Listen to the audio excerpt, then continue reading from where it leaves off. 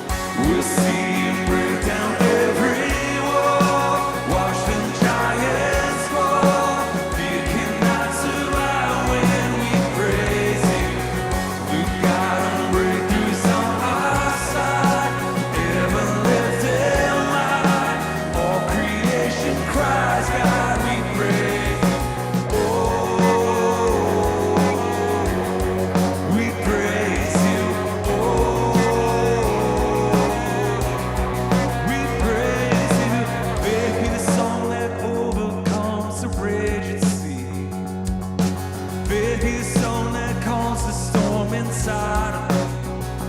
Let it rise. Let praise arise. We'll see you break down every wall. Watch the giants fall. You cannot survive when we praise you. God of breakthroughs on our side. Forever lifted high. All creation cry, God, we praise you. Oh, we praise you. Oh, we praise you. This is what living looks like. This is what freedom feels like. This is what heaven sounds like. We praise you, we praise you. This is what living looks like. This is what freedom feels like. This is what heaven sounds like. We praise you, we praise you. This is what living looks like. This is what freedom feels like. This is what heaven sounds like. We praise you, we praise you. This is what living looks like. This is what freedom feels like. This is what heaven sounds like. We praise you. Oh, we see you break down every wall. Watch the giants fall. You cannot survive when we praise you. The God of breakthroughs on our side. Forever lifted high. All creation cry, God, we praise you. We'll see you break down every wall. Watch the giants fall. You cannot survive when we praise you. The God of breakthroughs on our side. Forever lifted high.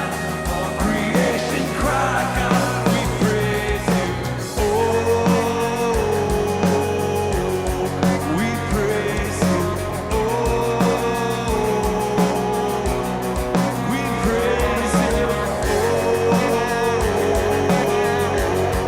we praise you. Oh,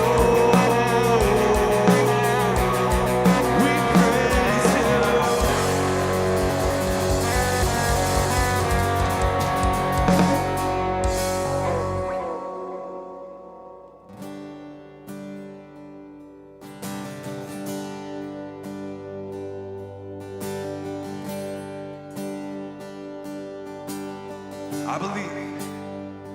I believe in the blood of Jesus, washes white as snow. I believe in the power of the gospel to make the broken whole. Believe that the curse of sin was broken when they rolled away the stone. Oh, I believe, I believe, I believe. As I bow before you, Lord, I will rise in confidence. I will see your goodness, Lord, in the land I'm living in. And no matter where I go, and no matter where I've been, I will see your goodness, Lord, in the land I'm living in.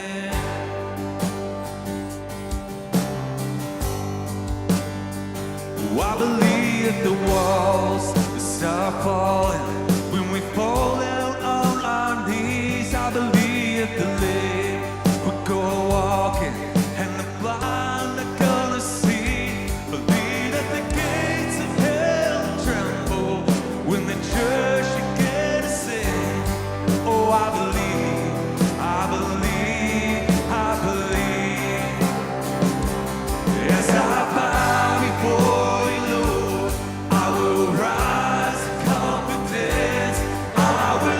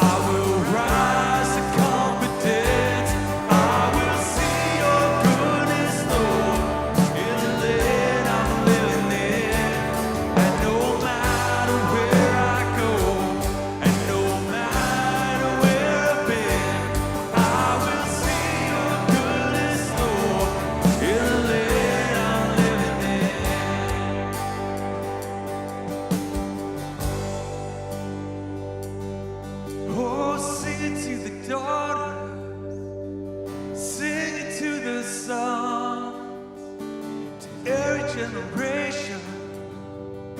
Just look at what the Lord has done. Sing it to the darkness that the light is come.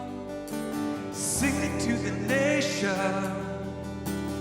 Look at what the Lord has done. Sing it to the daughters. Oh, sing it to the son. To every generation. Look at what the Lord has done. Sing it to the darkness that the light is come. Sing it to the nations. Look at what the Lord has done. Just look at what the Lord has done. As I bow before you, Lord, I will rise in confidence. I will sing your goodness, Lord, in the land I'm living in.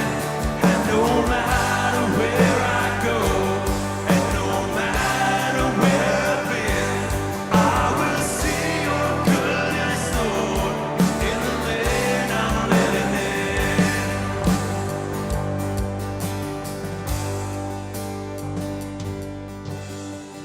I see the evidence of your goodness all over my life, all over my life.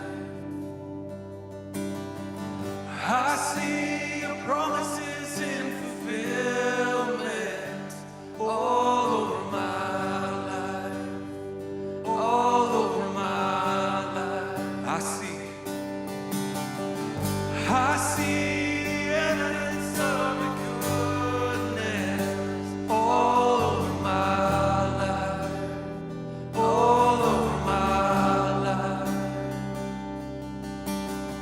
And I see your promises in fulfillment all over my life, all over my life.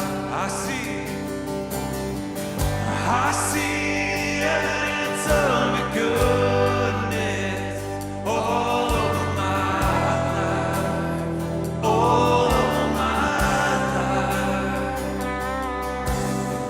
And I see your promises in fulfillment all over my life, all over my life.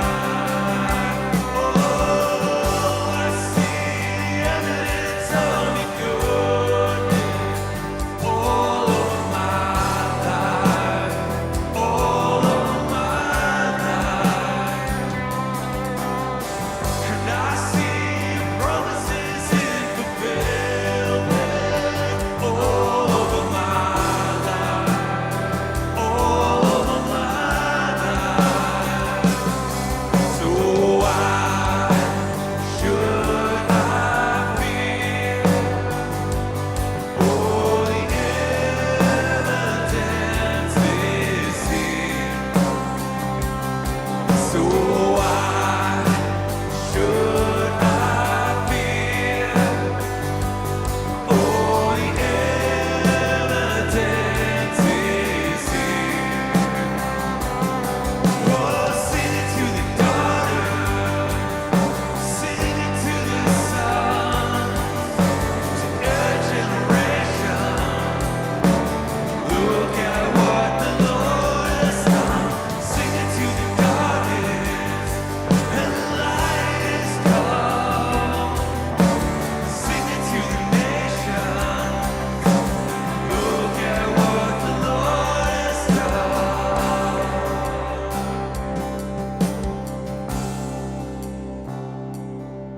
Oh, sing it to the daughters, sing it to the sons, to every generation.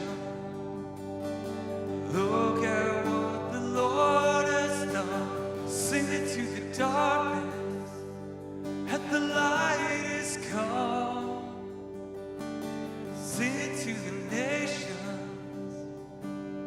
Look at what the Lord has done.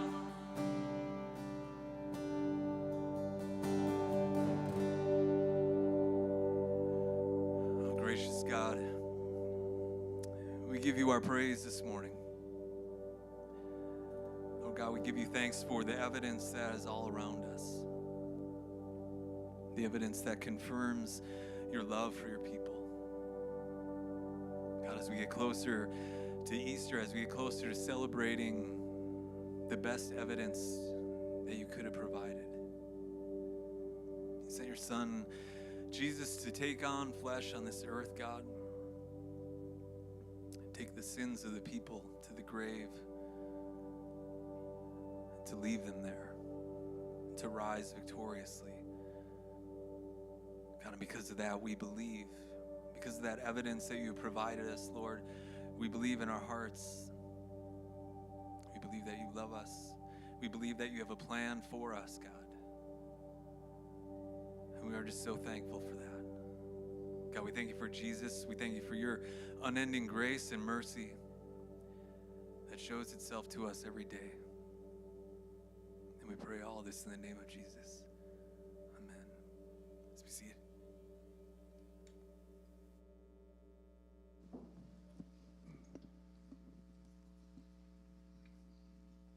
Well, good morning, everybody. Welcome to Midcurrent. My name is Sam, and I'm glad that you decided to join us this morning. When I woke up this morning, I started reading a new book. It's called Leaders Eat Last by Simon Sinek. Some of you may have heard of that. And there was no, this wasn't intentional that I was going to talk about this morning, but as I was reading, something kind of struck me as relevant in not only today's world, but over the course of the next couple of weeks, what we are going to experience in the Christian faith. And I just want to read something to you from the book here that I think you'll enjoy. I do this stuff for work all the time, but I normally got a PowerPoint and like a presentation binder, so we'll see if I drop this halfway through. So the foreword, it's from the foreword of the book, and it was written by a Marine, and he says that when you are with Marines gathering to eat, you will notice that the most junior are served first, and the most senior are served last. When you witness this act, you will also note that no order is given. Marines just do it. At the heart of this very simple action is the Marine Corps' approach to leadership.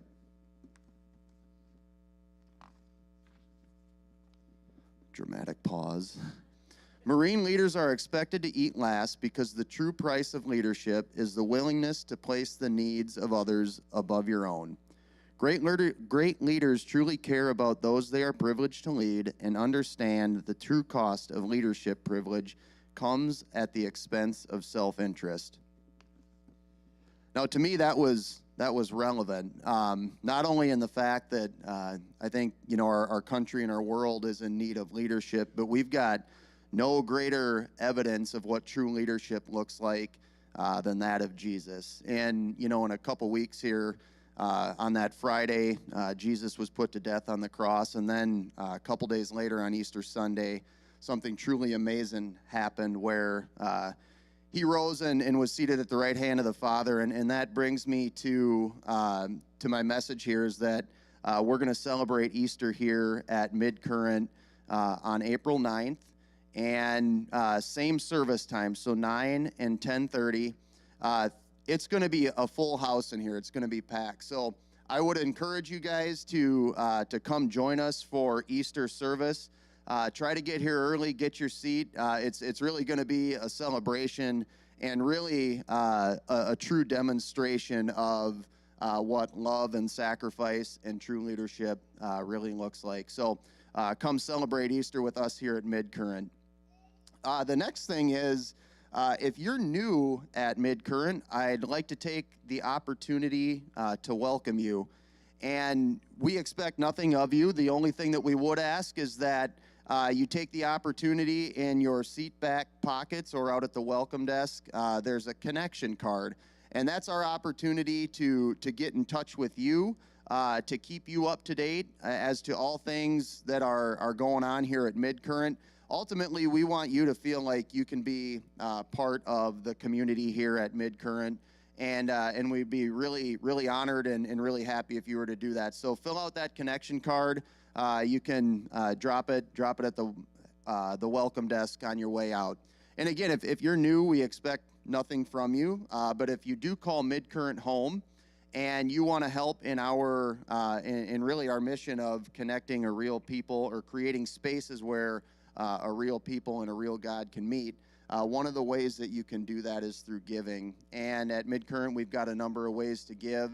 There's the collection box. You can give online. You can text through your smartphone, or you can give on the Church Center app as well. And when you do that, you really do create opportunities for people to come in connection with God, which is ultimately why we're all here. So with that, I'm going to turn it over to Pastor Sten Carlson. He's going to lead us through our third week in the series that we're in called Bystander.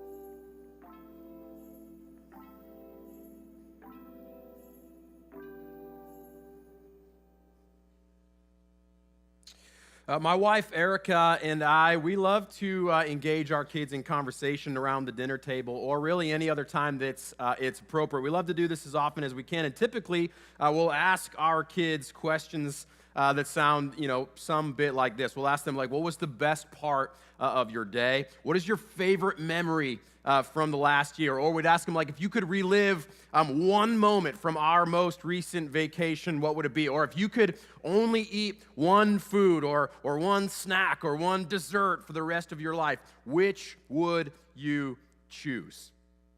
And there's one thing that we've learned over the last couple years. It's that my oldest daughter, Lucy, she's 9.5 years old. She cannot answer these kind of questions. She hates having to choose between 2 or 3 or even 4 good things. And by now, she begins to understand. She knows when these kind of questions are coming when we're sitting around together. And as soon as Erica and I start to ask one, her cheeks will start to blush, and she'll smile, and she'll say, I don't know. I can't pick one. She'll say, all of them, all of it, or something like that. She can't do it. She cannot pick just one. She cannot make up her mind when it comes to having to select some kind of answer to these questions. And as much as we tease her about it now, we all know, Lucy can't answer these questions. As much as we tease her about it, I have to admit that I think she gets it from us, from me and Erica. Erica and I have often been accused of, or oftentimes we just diagnose ourselves with a pretty severe case of indecision. We struggle to make up our own minds at times. And oftentimes it's our indecision that ends up becoming our decision. Let me see if I can explain what I mean. We'll be deciding whether or not we would, go out for dinner or make something for dinner at home. And neither of us can, or neither of us is willing to be the one to make the decision. And so eventually enough time passes, and soon time is running out. And truthfully, without a whole lot of discussion, ultimately the decision is made for us.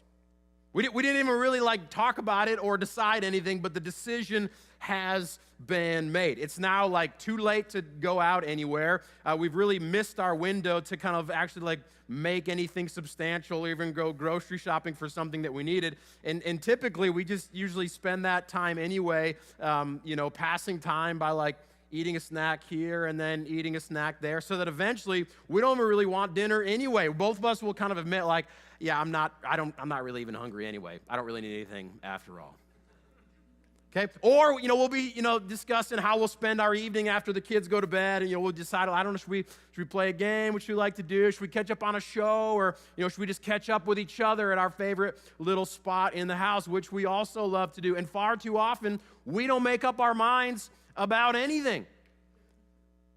We just don't choose, right? We'll start kind of researching shows, online on our phones, see if we can pick a favorite, and eventually researching shows online, turns into scrolling online and, checking scores on ESPN, or Erica's favorite pastime is looking up houses on Zillow that we could never, ever afford in our entire life. And soon, time passes, and all of a sudden we look at each other and we're kind of like, yeah, I'm ready for bed. Or you were like, yeah, right? At a certain point, our indecision, it makes the decision for us. We didn't have to talk about it, but our indecision ultimately made the decision. At least for me, I can't speak for Erica necessarily. At least for me, this is true. This kind of indecision, making the decision, is true for so many other areas in my life. And I started to wonder, if any of you ever feel the same way. I started to wonder how many of you two ever feel plagued by the same kind of indecision somewhere, somehow. I wonder what areas of your life are impacted by how kind of neutral or how indifferent you are about certain decisions that you are confronted with. Now, I'll be real honest with you here. I'm actually not really concerned at all about how indecision might affect, what you eat for dinner or what show you watch or whether or not you can pick your favorite vacation or the best part of your day. But I will admit that I actually get quite curious about how indecision affects your heart, about how indecision and indifference affects your attitude toward Jesus, and ultimately your response to him. See, if you ask me, I think one of the greatest threats to American Christianity, you could say today, I think one of the greatest threats, it's not what we might think it is, but I think one of the greatest threats is ultimately our indecision, our indifference, our neutrality. It's oftentimes our inability, or sometimes it's just our disinterest in making a decision when it comes to our faith, or when it comes to spirituality, or when it comes to Jesus even. The truth is, we all live in fairly well-controlled bubbles where we rarely have to make up our mind significantly. We rarely have to actually make up our mind when it comes to Jesus. We can kind of skate by, we can duck and dodge and move along without having to make a decision. And I think the results can be damaging. And one of the best examples, or ultimately I suppose you could say one of the worst examples of this, is demonstrated by the role that indecision played in Jesus' death on the cross. And that's what I want to explore today. The role that indecision actually played in Jesus' death on the cross. That's what I want to explore today in the third week in our series that you've heard about called Bystander. If you're new today, you haven't heard what this series is all about, I'll fill you in here. The story of Jesus' death, it actually kind of bobs and weaves, and it cuts and weaves through a wide variety of men and women who were gathered either at the cross, or who were gathered or simply found themselves along the pathway that led Jesus to the cross. And whatever part they played in that deal, or whatever role they played in the ancient world, or who they were, right? The ultimate truth is they're not a whole lot different than you and me. And they open up, as we look at things through their eyes, they open up for us new sight lines, new angles of vision on the cross and on Jesus. And so the goal over the course of this series, as we journey toward Easter, the goal has been for us to look at Jesus and to look at the cross through their eyes and through their experience, to see what lessons we learn from the people who were there. And today we are going to discuss a man. I'm going to talk about a man who history and many New Testament scholars consider. They sometimes refer to this man as the man who could not make up his mind. He is a man referred to as Pontius Pilate. If you're familiar at all with the story of Jesus' death on the cross, you may recognize the name Pilate. You may recognize Pilate as the man who sentenced Jesus to that very death on the cross. And interestingly enough, it wasn't Pilate's hate for Jesus that led to this judgment. It wasn't his kind of disgust or his disinterest with Jesus that led to his sentence of Jesus. Ultimately, it was his indecision. Ultimately, it was his indifference that sealed Jesus' fate. And so I want to read about all of that with all of you here today. And so we're going to turn to the New Testament book of Luke to see how it is that Luke recorded these very events. Before we get there, let me just kind of get you up to speed. Jesus has, in the moments prior, Jesus has just been betrayed by his own disciple Judas in the garden, that whole scene, and he's arrested by Roman soldiers. And soon he is brought before this guy named Pilate. Pilate was the governor of the Roman territory of Judea. Now, the truth is, Romans were actually quite happy to let Jews settle their own disputes among their own people and among their own religious leaders. But Jews were not permitted to sentence anyone to death or to execute those kind of orders or that kind of sentence. And so if the religious leaders, these Jewish teachers of the law, if they wanted something done, all these people who are kind of threatened by Jesus and his the claims that he was making, if they wanted him ultimately executed, they would have to get Rome, and in particular, they would have to get Pilate to hand down those kind of orders. And so that's where we pick up in Luke in chapter 23. Here's what it says. You can follow along on the side screens. It says, the entire council, this is all the religious leaders who gathered to say this dude Jesus is a problem. The entire council took Jesus to Pilate, the Roman governor, and they began to state their case. This man, Jesus, they say, has been leading our people astray. All these religious leaders, they didn't like being kind of knocked down a few pegs on the religious totem pole as the world is kind of captivated by Jesus. To say, hey, this guy is leading our people astray by telling them not to pay their taxes to the Roman government, which actually wasn't true. Jesus never said that. And he's leading people astray by claiming that he is the Messiah, a king. That actually is true. He was claiming that. And so here's verse 3. Pilate asked Jesus, are you the king of the Jews? And Jesus replied, you have said it. Right? This is his like, you said it, I didn't kind of moment. He's going like, if you say so. Okay? And truthfully, as far as Pilate is concerned, this is the kind of stuff that he isn't ultimately, nor is Rome, like really concerned about, right?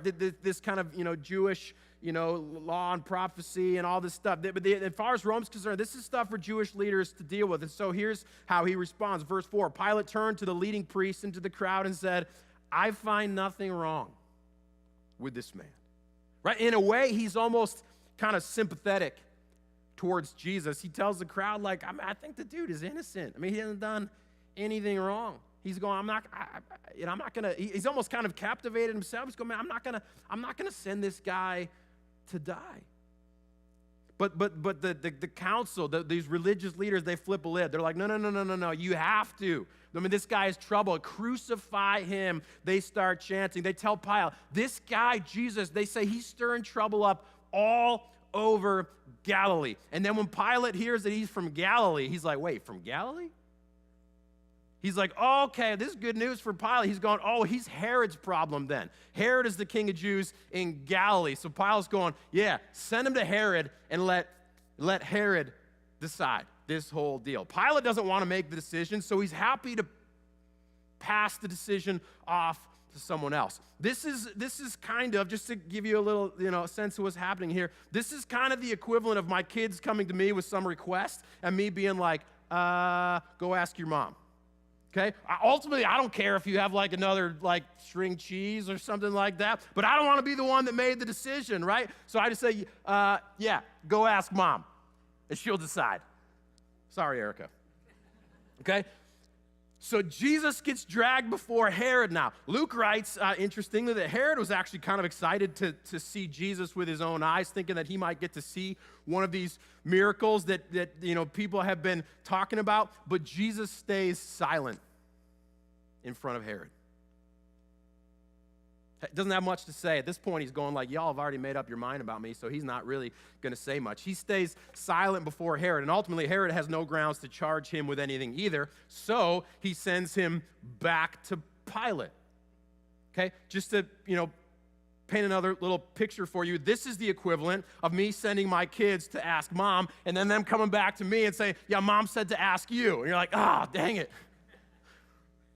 Right? No one wants to be the one to make the decision. That's kind of what is happening here with Pilate and Herod. And now the decision truly rests with Pilate, in a sense, and Pilate alone. And he comes, and it's all on he's got to be the one to make the decision now. And he comes to the very same conclusion. Nothing changes. Look what he says if we skip down to verse 14 and 15. Pilate says to them, he says, look, I have examined him thoroughly on this point in your presence, and I find him innocent. He says Herod came to the same conclusion even, and he sent him back to us. Nothing this man has done calls for the death penalty. He's going, he's innocent, folks. There's nothing I can do here. There's nothing I'm gonna do. The dude is innocent. The crowd, though, the leaders, the council, they're adamant. They would not take no for an answer. Verse 20 says that Pilate's going, hey, he wanted to release Jesus, and so he appealed to them once again, but that they were insistent. He tried a third time to reason with them, but they would not stand down. Skip down to verse 23. It says this, but with loud shouts, they insistently demanded that he be crucified. Pilate's trying to say, no, folks, there's nothing I can do. But with loud shouts, they insisted. They demanded that he be crucified. And guess what? Their shouts prevailed. And so Pilate decided to grant their demand. It said he released the man instead who had been thrown into prison for insurrection and murder, the one they had asked for, and they surrendered Jesus to their will. Pilate surrendered Jesus to their will. Okay? Essentially, despite his repeated attempts to say, I'm not prepared to do anything, despite his repeated attempts to say this guy's innocent, despite his interest and his intrigue with who this man is and what he has heard, despite all of it, essentially, right, the voices were loud enough, and Pilate stands aside and lets others decide for him. It's a subtle and maybe even an unintentional form of rejection, but we cannot miss this. It is rejection nonetheless, right? Pilate doesn't show any malice, any disgust, any hatred toward Jesus. Neither does Herod, for that matter, but neither chooses to defend him either, despite what they both sense to be true. Something tells them he is not guilty of any crime, but apparently, as it all shakes out, he is not really to be believed. He is not really to be defended either. Pilate's attitude at first, his attitude towards Jesus, it does show him a little bit of respect. Yet in the end, he fails to respond to Jesus as Jesus truly deserves. And I think Luke, who thought all of this was worth remembering so much that he wrote it all down, I think Luke is indirectly calling on us as readers. He's calling on you, and he's calling on me as readers of this story today. He's calling on us to choose sides, to make up our mind. Right? He depicts for us a number of different attitudes and of different responses to Jesus, but based on the sentence that is soon passed down, it is clear that any failure to embrace Jesus, whether it's outright rejection or whether it's just kind of passive, indifference, indecision, regardless of what it is, I think Luke's making it clear that any failure to embrace or to stand with Jesus is ultimately not commendable. It's not painting Pilate in a particularly positive light, nor is Pilate remembered all that positively in the history books. See, if I had to sum up the lesson, that's what I'm trying to do here today. I want us to learn a good lesson from a perhaps not so good example. If I had to sum up the lesson that Pilate teaches us regarding our attitude towards Jesus, it's this: that when it comes to Jesus, indecision is deadly. We got to understand this when it comes to our attitude about Jesus, when it comes to the moments when we got to choose, indecision is deadly. Pilate's indecision, right? His indifference, his neutrality. He didn't have anything bad to say. Wasn't against the guy, but it's his neutrality. It's his kind of like, I don't know, I'll go either way. It's his neutrality that ultimately landed Jesus on the cross. Here's the thing we got to remember. Pilate didn't ask for Jesus to get dumped onto his lap. He wasn't looking to pick a fight. He wasn't looking to make a statement. He didn't necessarily intend to or want to get involved in the affairs of Jewish people and the Jewish leaders. He didn't invite this kind of like spiritual, make up your mind moment, but ready or not, that's exactly where he found himself. He probably wished the whole thing never even made its way onto his to-do list that day. He wasn't asking for this kind of moment, and yet there he was. And when I think about it, I can't help but wonder. I can't help but think. I cannot help but ask, are we not sometimes too a lot like Pilate in our response to Jesus? He didn't ask for it. Wasn't against it, right? But this was a moment he was hoping. This was a decision he was hoping he wasn't forced to make, and yet there he was. I just feel like, man, are we not sometimes like that in our response to Jesus? For one reason or another, we find ourselves kind of confronted with maybe an unlooked for or maybe even an unwelcomed encounter with Jesus. Happens all the time. I don't know, your wife dragged you to church, or your in-laws, keep bringing up spiritual conversations, or your coworkers or your neighbors keep asking how they can pray for you, or some pastor shows up on the basketball court, and you're like, well, dang, man, what do I do now?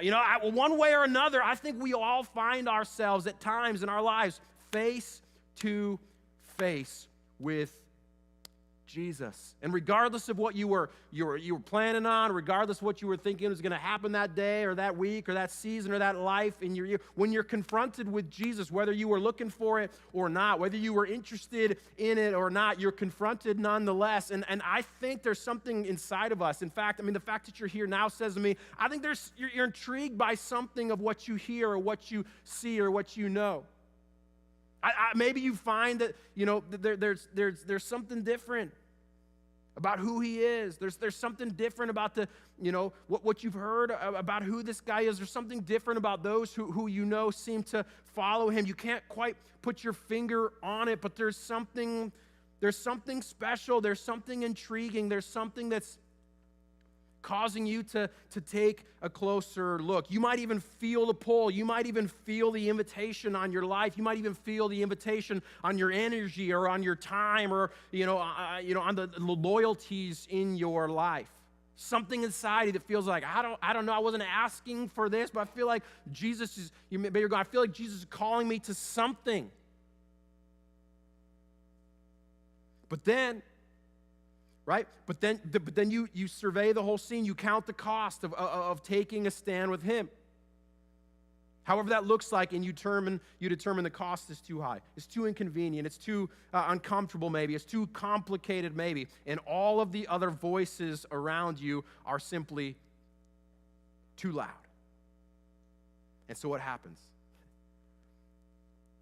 The louder voices prevail. The louder voices prevail. But rather than reject Jesus outright, right? Because you may be a lot like Pilate, but rather than reject Jesus outright, because you don't have any particular animosity, you're not like, you don't hate the thing, rather than anything like that, you just kind of defer the moment, kind of able to look the other way. You're kind of able to put that moment on ice, or to kind of proceed as neutral as you can. Not against the guy, just, I don't know, just kind of like step back, right? Pass it off. Let someone else decide. Here's the reality, friends. This didn't work for Pilate. And it won't work for us either, right? We can't let others decide for us, for our lives, for our hearts, for the important pieces of the lives we're living. It didn't work for Pilate, and it won't work for us. We can't let louder voices prevail, right? Indecision is deadly. Now, in our case, your case, in my case, our indecision, it doesn't string Jesus up on the cross. That's not the decision we're facing, but I think it threatens the important parts of the life that Jesus has called us to. I think it threatens the important parts of life that Jesus has given us responsibility over. Right? Our indecision, if we are not careful, our indecision will make the decision for us in some of these places in life, in responsibility, in family, in community, in church, right? Our indecision in some of these areas of our life that matter, some of these areas of our hearts that matter, our indecision will end up making the decision for us. And I have a hunch that we won't necessarily like where we end up. Maybe you're saying to yourself right now, man, I don't necessarily know if I like where I have landed right now. Right? Our indecision, I think, will ultimately make the decision for us that we may not be all that thrilled with. So our goal, when I look at this, when I think about Pilate's example in this story and what it means for our lives, I can't help but feel like our goal then, when we find ourselves confronted with Jesus, right? This looks differently for us. I wish I could just describe every kind of moment that we're all going to have. Our face-to-face moments with Jesus are going to look different in all of our lives, right? But our goal, no matter how it is, right? Our goal, when we find ourselves confronted with Jesus, when we find ourselves confronted with his invitation on our lives, or when we find ourselves confronted with his instruction for our lives, when we find ourselves confronted with his call on our lives, our goal is this: to be as firm in our commitment to him as he is in his commitment to us. To be as firm.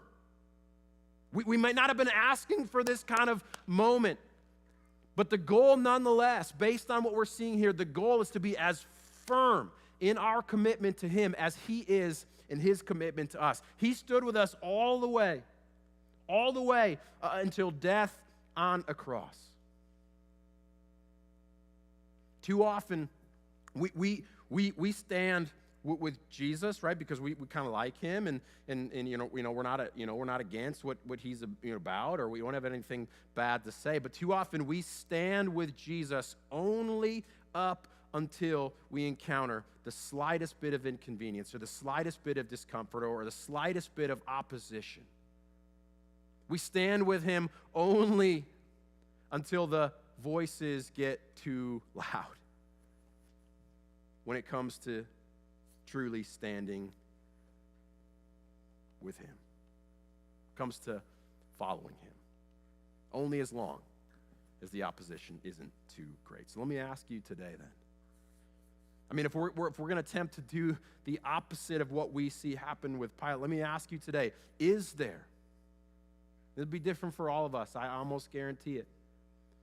But is there some place in your life, right?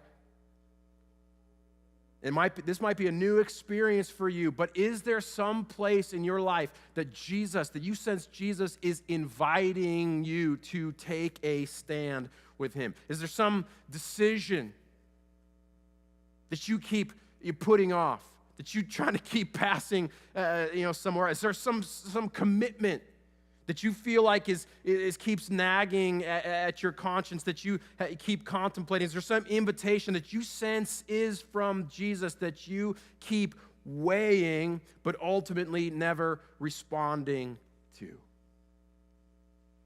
Right? Is there some area in your life that indecision, that indifference is getting the best of you? If I'm honest, this looks different for all of us. This is just for me. If I'm honest, with all of you, and this might come as a surprise, if I'm honest with you, I wish that I stood more with Jesus, that I was more firm in my commitment to representing him in my everyday life outside of church. See, all too often, what I realize about myself is sometimes I can be the kind of guy that preaches boldly about Jesus in church on Sunday, and then I cross my fingers that, like, the person sitting next to me on the airplane doesn't ask what I do for a living. Like, oh, God, I don't want them to ask me. I always hear stories of pastors who, just can't wait to strike up conversation with the person in the window seat about Jesus and his radical love for them. And then I feel bad because I'm like, oh gosh, I'm not sure if that's always me. And it's not because I don't love Jesus. It's not because I'm secretly against Jesus. It's not because I don't want everybody that I rub shoulders with to know about the radical love for Jesus. I do. I've given my entire life to serve Jesus as best as I can, but sometimes the voices of the world around me get so loud in opposition to Jesus that I feel like, you know what? Maybe it would just be easier. Maybe it would be just a little bit more comfortable if I didn't have to say anything at all.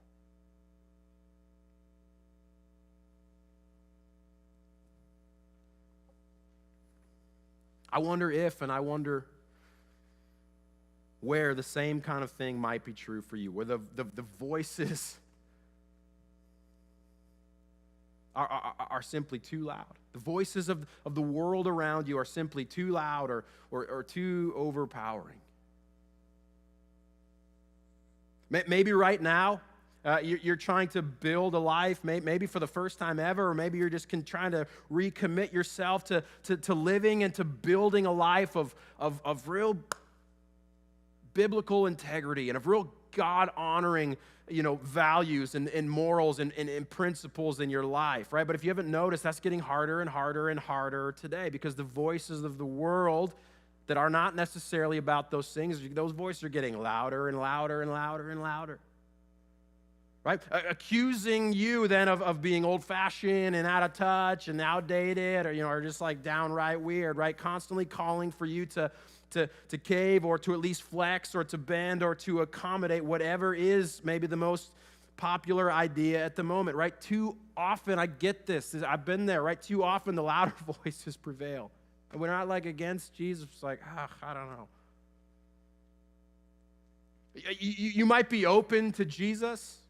You never really were out in search of him, but he kind of found you, and you're open to him. You're even intrigued by what you learn about him, but the voices of the world around you tell you that, it's not worth it.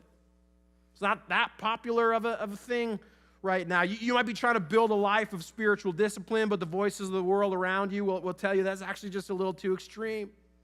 Relax, loosen up, right? You might be trying to build a life of radical generosity right now, but the world is telling you, oof, you're missing out. Right? You might be called or feeling called to live a life of sexual purity right now, but the voices of the world are telling you, man, that's a thing of the past. Ultimately, I don't know the life that you're living. I don't know the decisions you're facing. Maybe it's some of these, or maybe it's something completely different. It very well might be. I don't know what, what a firm commitment to Jesus looks like right now for you. Only you know that. I don't know what a firm commitment to Jesus looks like in your home or at school or at work or in the neighborhood. I don't know what that looks like out on the court for you or in the conference room or in the hallways at school. But I do know that it's a whole lot easier to just be pretty indifferent about it all. To remain pretty neutral. I do know that it can be very easy at times just to attempt to deflect or to defer or to put off any real decision as long as you can. You may not be against Jesus. The reality is most of us, as I said, who are sitting here, we're at least pretty open or are some bit interested in who he is, but we might not be as quick to stand with him when the rubber meets the road. And what we don't realize is that our indecision is actually far more decisive than we think. And I can't help but wonder what our world would look like, what your world would look like, what your neighborhood would look like, or your family would look like if the loudest voices didn't always get to cast the winning vote. Midcurrent, we could be the change that we want to see in the world in which we live. We could be the change that we want to see.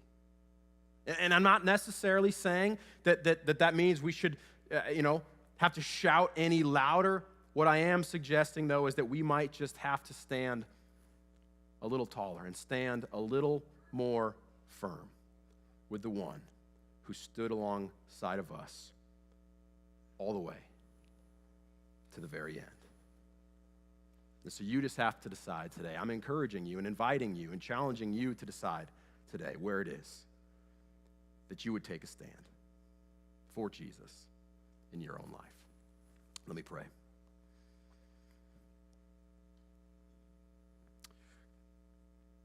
God, we're amazed at your son, Jesus, and of his incredible love for us, God, the lengths at which he was willing to go for us, God, on our behalf. And God, today we're grateful for,